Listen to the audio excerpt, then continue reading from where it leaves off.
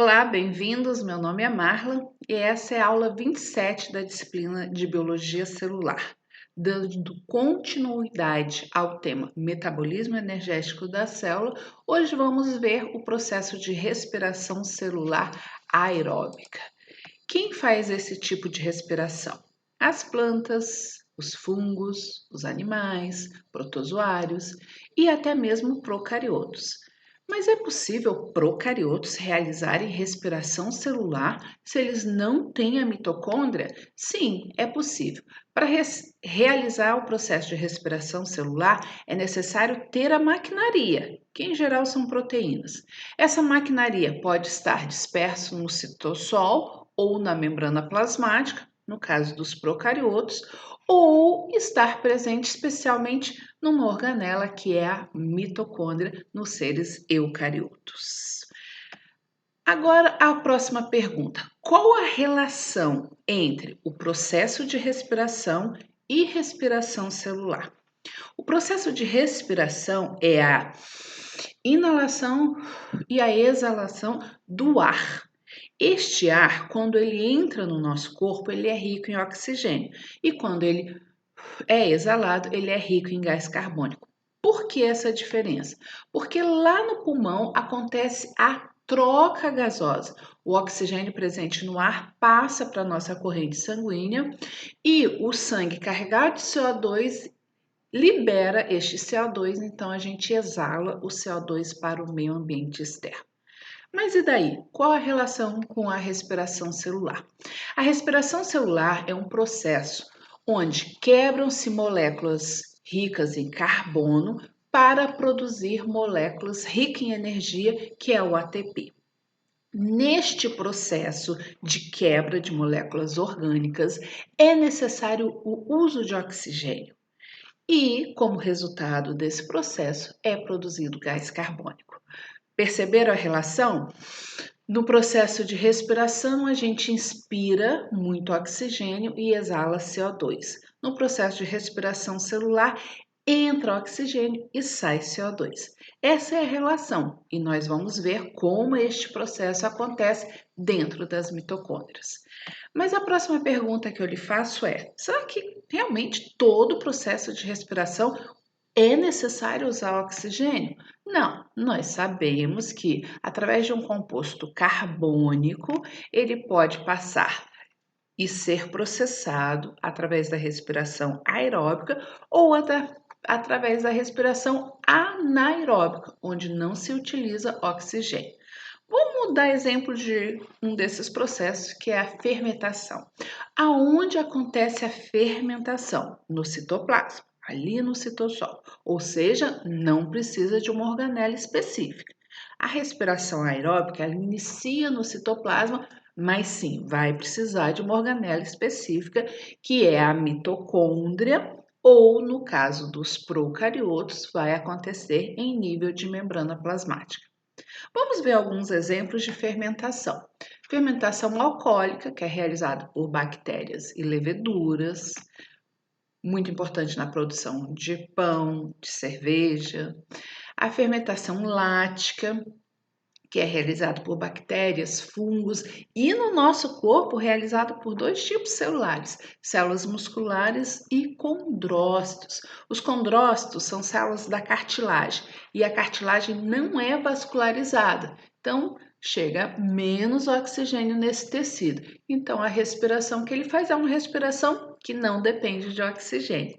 E as células musculares, elas vão realizar a respiração anaeróbica quando o exercício é muito extenso, muito demorado, falta o oxigênio, às vezes pouco preparo físico, pouco condicionamento, falta o oxigênio, então vai para outro tipo de respiração. Porque o importante é produzir ATP para o músculo continuar funcionando. Não tem oxigênio, parte para a segunda opção, que é a respiração através a respiração anaeróbica, que não utiliza o oxigênio. Outro tipo de fermentação é a fermentação acética, que é produzida por bactérias, tendo como resultado o ácido acético. Mas então, vamos falar da respiração aeróbica, E vamos utilizar como modelo as células eucarióticas para a gente poder explorar a organela que trabalha nessa função, que é a mitocôndria. Como vocês estão vendo aí neste esquema, a respiração aeróbica é dividida em 4 fases. Glicólise, que acontece aonde? No citosol. Descarboxilação do piruvato, que vai acontecer aonde? Na matriz da mitocôndria. O ciclo de Krebs, que também acontece na matriz da mitocôndria, e finalmente a fosforilação oxidativa, que acontece ali na membrana interna da mitocôndria ou cristas mitocondriais, utilizando também o espaço intermembrana. Vocês viram que são 4 processos e em cada um desses processos são formados algumas moléculas, como moléculas energéticas, ATP, GTP, piruvato, que vai ser utilizado numa outra etapa, NAD, FAD, acetil-CoA, água. Parece que está meio complicado? Vamos ver fase por fase. Mas antes disso, vamos dar uma olhada nessas moléculas que talvez a gente não tenha bem em mente a imagem de como elas são. Por exemplo, esse é o ATP. O que é o ATP? É formada por uma base, que é a adenina, a mesma que a gente já viu para DNA. Um açúcar, que é a ribose, e 3 fosfatos, sendo que nestes pontos existe muita energia. Quando o ATP é quebrado nestes pontos, libera energia. E durante a evolução, as células selecionaram de forma favorável esse tipo de molécula para ser utilizado como energia. Ou seja, para uma enzima funcionar, para um citoesqueleto funcionar, a molécula que foi selecionada favoravelmente foi esta. Quando esta molécula é quebrada, quando o fosfato é separado do ATP, formando o ADP, libera-se energia para que as nossas enzimas, as nossas proteínas funcionem corretamente e assim permitindo o metabolismo normal das nossas células. Este é o ATP, adenosina trifosfato. No processo de respiração celular, são utilizadas algumas moléculas intermediárias para até chegar no final e produzir essa daí, o ATP. Quem são essas moléculas intermediárias? O NAD, que pode ser NADH ou NAD ou NADH. Como vocês estão vendo, a única diferença aqui é o hidrogênio. Assim como o NAD, também tem o FAD, que pode ser o FAD ou o FADH. Como vocês estão vendo, a diferença aí é a presença de 2 hidrogênios. À medida que a gente for estudando os processos, vocês vão ver aonde é formado o ATP, aonde é utilizado o NAD, NADH, FAD, FADH. Vamos iniciar os processos? Então, vamos começar pelo primeiro, que é a glicólise. Ressaltando que nesta aula nós vamos falar apenas da quebra da glicose. A respiração, no processo de respiração, outras moléculas podem ser utilizadas para produzir ATP. A primeira que é utilizada pelas nossas células são os açúcares, mas podem ser utilizadas proteínas, gorduras. Nós não vamos ver o processo de respiração utilizando essas outras moléculas. Vamos utilizar só uma, a glicose. Por quê? Na disciplina de biologia celular, a nossa ênfase são as organelas. É o metabolismo da célula, o metabolismo, a fisiologia das organelas. E aí depois, lá em bioquímica, a gente extrapola este conhecimento vendo outros caminhos que a célula também faz. Então vamos iniciar com a glicólise. Como nós estamos vendo no esquema, ela acontece no citosol, ou seja, não depende de mitocôndria. E percebam que, como resultado da glicólise, quebra da glicose, são produzidos ATP. são produzidos ATP. Mas 4 ATPs, bem pouquinho, né? Vamos comparar aqui, ó, com a última fase do processo de respiração celular aeróbica, que se produzem 36 ATPs. Então, a primeira fase produz energia, mas produz pouco. Ela vai produzir também NAD e piruvato. O piruvato vai ser importante para a próxima fase. Mas falando ainda da glicólise, aí está ela. Acontece então no citossol, onde uma molécula de açúcar com 6 carbonos é quebrada em 2 moléculas de 3 carbonos. Passa por modificações e produz o ácido pirúvico ou piruvato. Percebam que é produzido ATP, assim como o NAD vai ser modificado em NADH mais H+. Esta é a glicólise. Então, são produzidos 2 piruvatos e agora para a próxima fase a gente vai pegar um piruvato, mas entendo que esse processo é duplicado, só para facilitar mesmo. A próxima fase é descarboxilação do piruvato. Agora sim, esse piruvato que está no citossol, ele vai entrar, vai ser transportado lá para a mitocôndria. E na matriz mitocondrial, esse piruvato vai ser quebrado. E no final vai produzir acetil-CoA, que vai para uma próxima etapa. Vocês estão vendo como uma etapa depende da outra? Além do acetil-CoA, produz NAD e aqui, ó, vai ser quebrado essa molécula de piruvato e vai ser produzido CO2. Esse CO2 que a gente exala. Ou seja, o alimento, que é aqui o exemplo que a gente está usando é glicólise, vai ser quebrado e dentro da mitocôndria, carbonos dessa glicólise dessa glicose vão ser liberados como CO2. O alimento, então, parte dele aqui vai ser liberado na forma de gás. Então vamos lá, vamos ver como acontece essa descarboxilação. O piruvato então vai entrar, lembrando que o piruvato tem 3 carbonos. Aí existe uma enzima, piruvato desidrogenase. Ela quebra essa molécula de 2 carbonos, liberando o CO2. Isso está acontecendo aonde? Na matriz, não esqueçamos. Este CO2, então, é liberado e é produzido o acetil-CoA. Vamos retomar isso aí?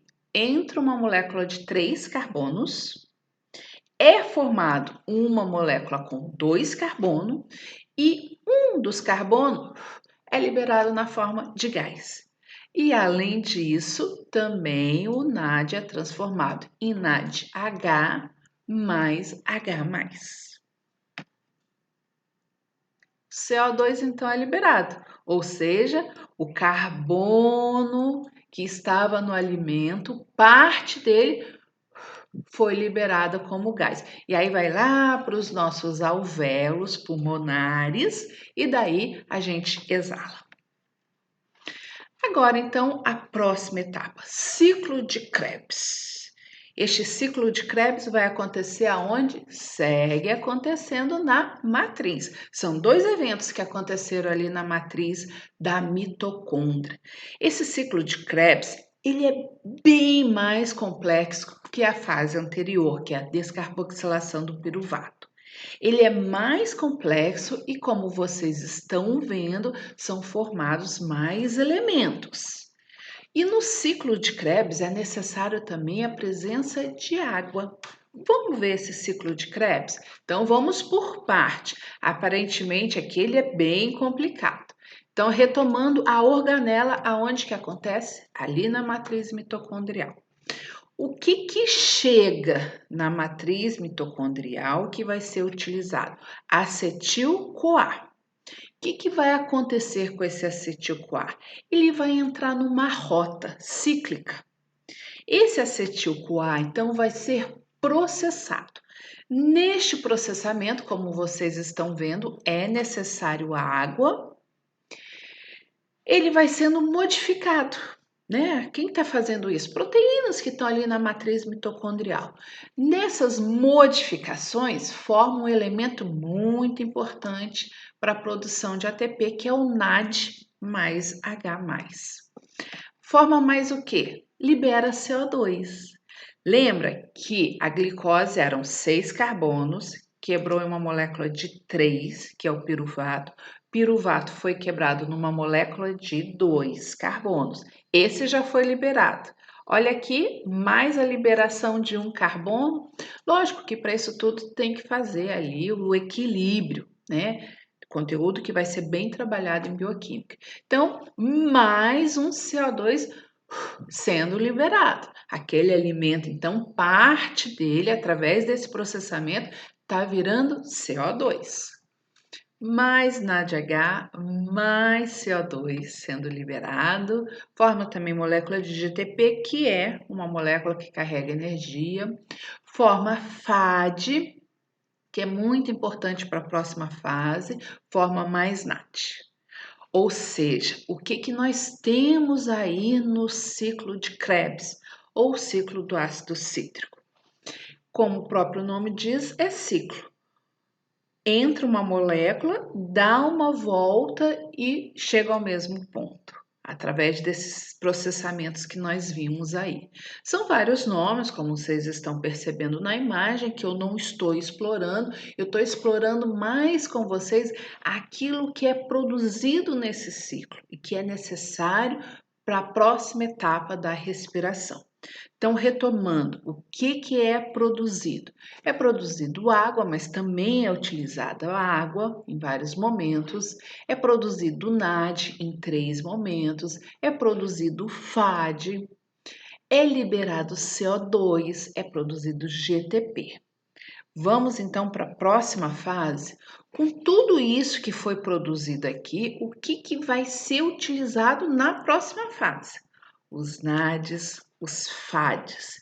Então agora a gente já não tem mais um composto orgânico formado por moléculas de carbono que vai ser utilizado na próxima fase, que é a fase da fosforilação oxidativa.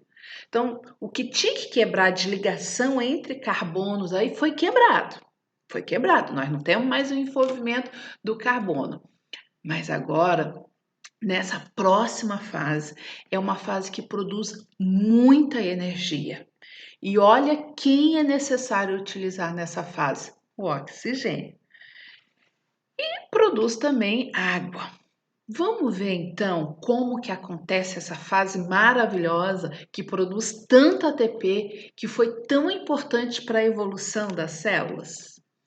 Onde que acontece essa fase? Agora ela vai acontecer na membrana interna ou nas cristas mitocondriais e vai utilizar também o espaço entre a membrana interna e a membrana externa. Vamos lá, eu fiz esse esquema aqui para facilitar nosso entendimento. Percebam bem o que é representado nesse esquema. A membrana externa da mitocôndria, a membrana interna da mitocôndria ou cristas mitocondriais. E entre a membrana interna e a externa, o que nós temos? Um espaço intermembranas. Agora vamos aprofundar o conhecimento das cristas mitocondriais. O que nós temos ali? Nós temos lipídios, nós temos proteínas. 80% de proteínas. Entre essas proteínas tem o sistema transportador de elétrons. Grava esse nome, sistema transportador de elétrons, que é o que a gente está vendo aí. E aqui eu dou o nome desse sistema, quais os componentes que formam esse sistema, que são proteínas. O que acontece neste sistema? Ele é formado por uma cadeia transportadora de elétrons. Por isso que eu coloquei aqui na forma de uma escadinha. Vamos fazer uma analogia? Essa cadeia transportadora de elétrons, ela vai passando elétron de uma molécula para outra. Por isso eu coloquei a escadinha. Outra analogia que a gente pode fazer é aquela brincadeira da batata quente. Recebe a batata, já passa adiante. É isso que vai acontecer nessa cadeia transportadora de elétrons. Então, vamos lá. O elétron trazido ali pelo NAD é recebido pela NAD desidrogenase, que passa para ubiquinona. Vamos ver de novo, ó. A NAD desidrogenase recebe, passa para ubiquinona, citocromo, citocromo oxidase. Largou ali seu elétron. E os do FAD? Mesma coisa. Vamos retornar aqui, ó. Só que o FAD ele vai entregar esse elétron numa proteína mais adiante, que é o ubiquinona, tá vendo? Não passa na NAD desidrogenase. Ubiquinona, citrossomo oxidase foi passando o elétron de uma molécula para outra, tá? Então é uma passagem de elétrons, como a passagem da batata quente. E agora?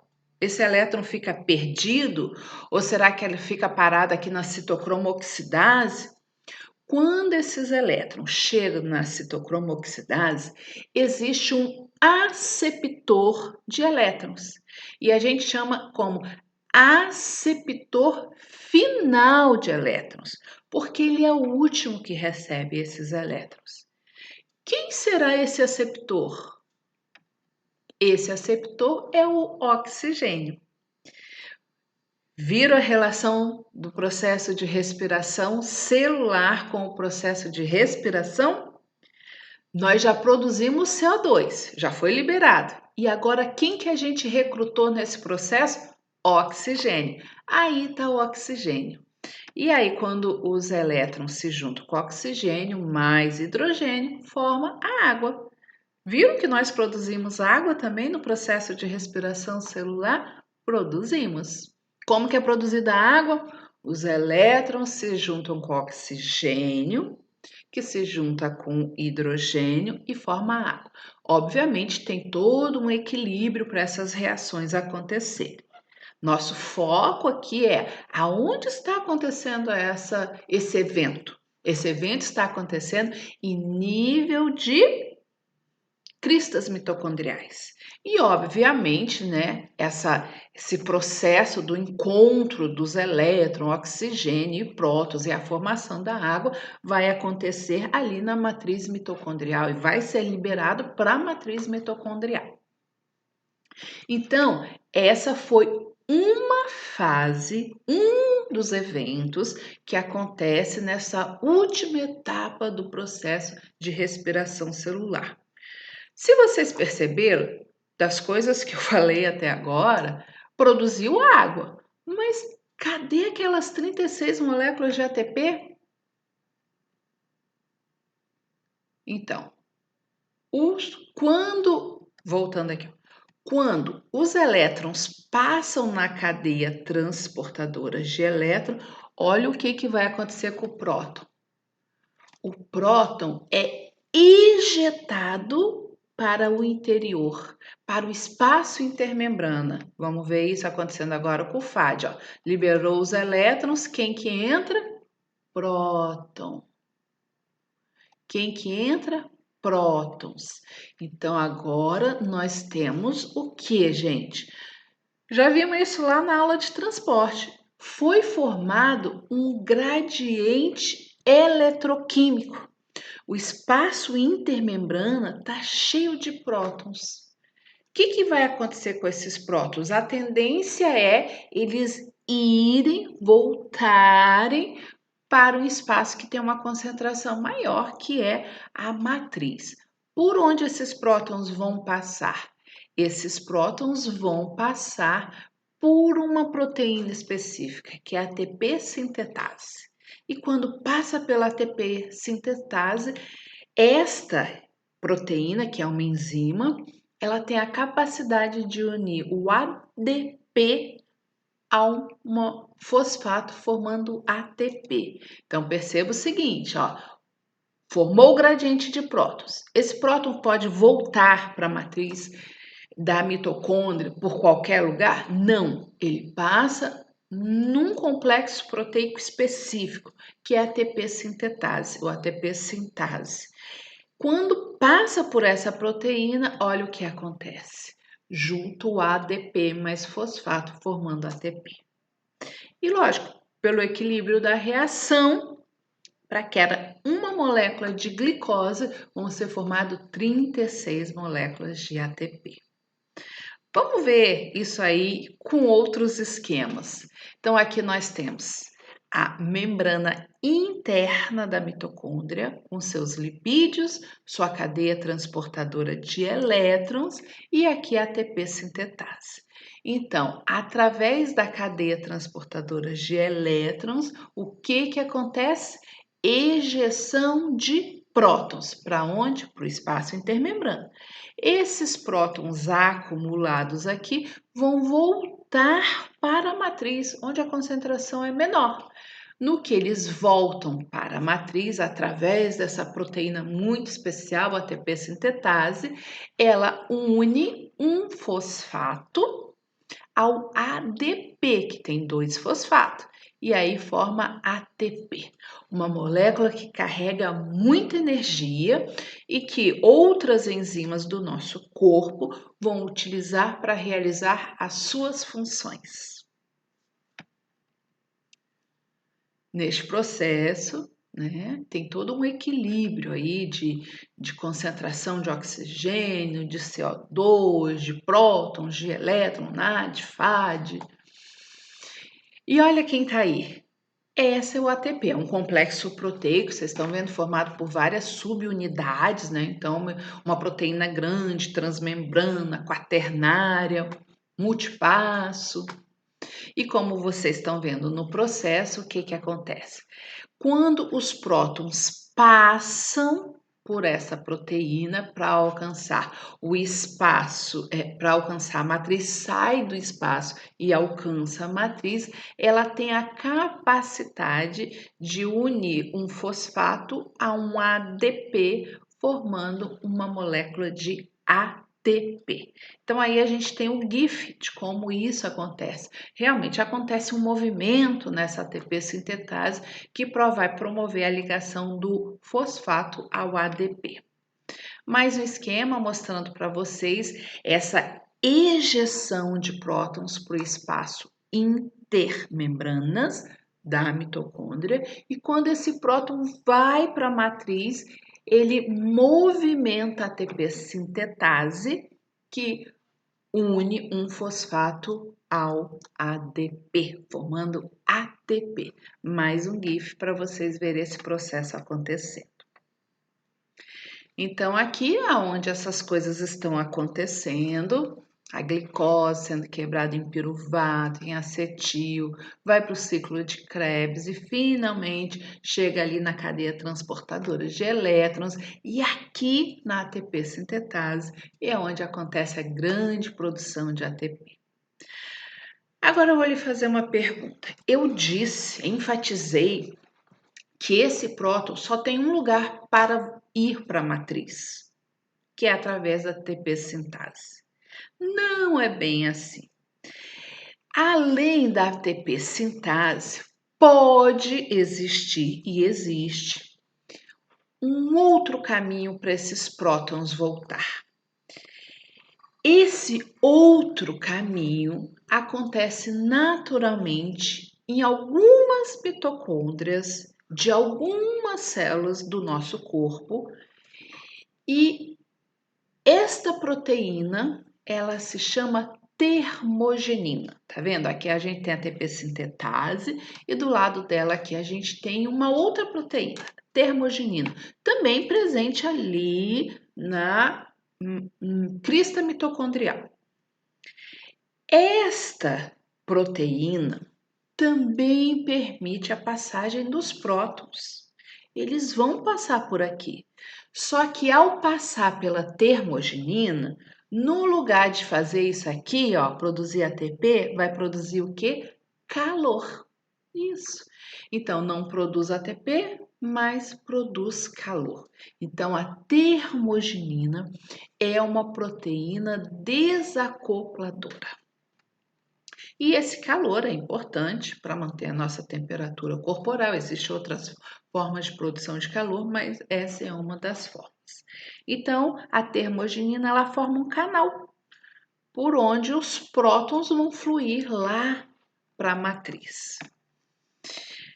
Então, vamos ver como isso acontece? Então, aqui de novo, o mesmo esquema, né? Os elétrons vão passar, vai formar o gradiente de prótons no espaço intermembrana e no lugar de voltar pela ATP sintetase, vai voltar pela proteína chamada termogenina. Então, não passa pela ATP sintetase.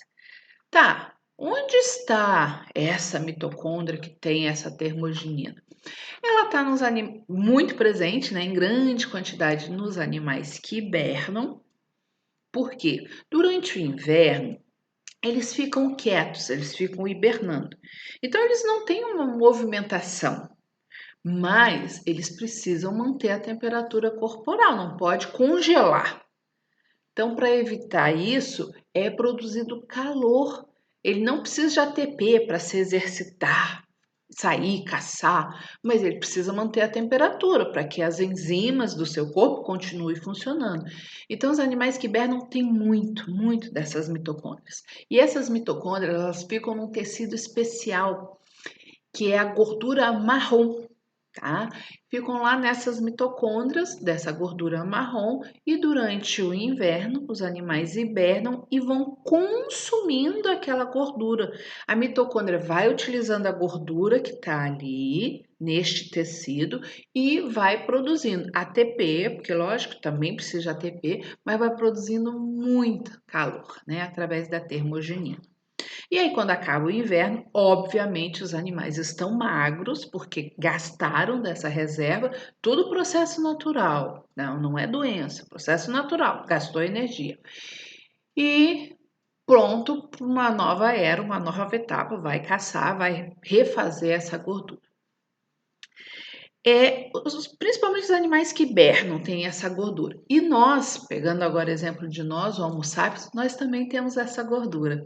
Em especial quando nascemos. Por quê? Os mamíferos, eles têm essa gordura para garantir que nos primeiros momentos de vida, os primeiros meses de vida, não fique desprotegido e venha morrer por causa de um frio. Obviamente, quando a gente pensa em bebê, a gente sabe que a mãe coloca a roupinha num quarto aquecido, quando o lugar está muito frio, mas pensem nos mamíferos em gerais que estão na natureza. Os primeiros momentos, quando ainda nessa fase os animais não sabem se defender, se proteger e proteger até contra o clima, né, contra o frio, essa gordura é muito importante. Depois ela vai diminuindo, tá? A termogenina é um desacoplador natural. Nós temos naturalmente nas nossas mitocôndrias, em menor ou maior quantidade, dependendo do animal. Mas existem os desacopladores artificiais. E aqui eu trago alguns exemplos para vocês. E um desses exemplos, ele é até utilizado por algumas pessoas como termogênico, isso mesmo. Então, aquele alimento que foi consumido, ele pode ir por dois caminhos: formar ATP ou ser disperso na forma de calor. Se ele forma ATP, o nosso corpo tem uma necessidade X de ATP. Alcançando essa necessidade, aquele alimento que a gente consumiu não é transformado em ATP. Ele fica armazenado. E aí, armazenado onde? Tecido adiposo. Então, quando tem muito tecido adiposo, algumas pessoas tentam eliminar esse tecido adiposo usando a seguinte lógica: no lugar de eu produzir ATP, vou utilizar essa gordura que está reservada para produzir calor e ser liberado. E aí, aquilo que eu comer vai ter um equilíbrio aí, uma distribuição entre produzir calor e produzir o ATP. E aí, aquela gordura armazenada vai sendo aos poucos liberada. Essa substância, o 2,4-dinitrofenol, Ele, na verdade, ele é utilizado na produção de tintas, conservantes, herbicidas, explosivos, mas descobriram essa outra função, que é uma função termogênica. Mas é muito difícil usar essa substância com uma segurança para a sua saúde. O que essa substância faz? Ela vai capturar ela captura os prótons que estão aqui nesse espaço intermembrana, fazendo eles retornarem para a matriz. Ou seja, não está sendo o caminho natural que a evolução selecionou através de anos para o nosso organismo. É um caminho artificial. Obviamente, isso não pode dar muito certo e essa substância já foi proibida em vários países, né? Essa é uma. Outros então, como vocês estão vendo no slide, também vai inibir a fosforilação oxidativa. Ou seja, aí o caminho já é diferente. Ele vai impedir aquela escadinha, a passagem de elétrons de uma proteína para outra. Se não passa elétrons, o que acontece? Não forma um gradiente eletroquímico de prótons. Se não tem gradiente eletroquímico de prótons, a ATP sintetase não consegue formar ATP. Ela precisa deste gradiente para trabalhar. Outra forma, inibidores da fosforilação oxidativa, mas agora atuando nela, na ATP sintetase. Então, algumas moléculas conseguem fazer parar a ATP sintetase. Então, são substâncias que são utilizadas, algumas para emagrecimentos e há outras até substâncias que são utilizadas para eliminar aquele ser vivo, né? A sensação que se dá é a sensação de falta de ar, né? A sensação que o nosso organismo faz, parece que está faltando oxigênio, mas é que na verdade a etapa foi parada. A etapa foi parada. O que o nosso corpo faz é procurar o quê? Procurar o oxigênio na tentativa de quê? De produzir ATP. ATP para o nosso corpo funcionar. Mas às vezes não é que esteja faltando o oxigênio, está faltando os elementos ou estão sendo bloqueados os elementos da cadeia transportadora de elétrons. E aí não consegue produzir ATP. Sem ATP, nosso corpo morre. Então, recapitulando, gente, nesta aula falamos do processo de respiração celular aeróbica. Utilizamos apenas um exemplo que é a glicose. A glicose, então, ela é quebrada lá no citossol, formando piruvato. O piruvato, então, é quebrado aonde? Matriz mitocondrial. Ele é quebrado formando acetil-CoA. O acetil-CoA entra para um ciclo de Krebs, que também é quebrado. Todos os carbonos, então, neste momento aqui, ó, viram CO2, não tem mais carbono, mas em compensação, durante este processo foram formados NAD, foram formados FAD. E o NAD e o FAD são utilizados então na última etapa, que é a fosforilação oxidativa, e juntamente com o oxigênio, com a utilização do oxigênio, são produzidos muitos ATPs, que então as nossas células usam para realizar suas diversas funções. Aqui algumas referências das imagens e esse conteúdo está no capítulo 11 do livro Práticas em Biologia Celular. Até a próxima!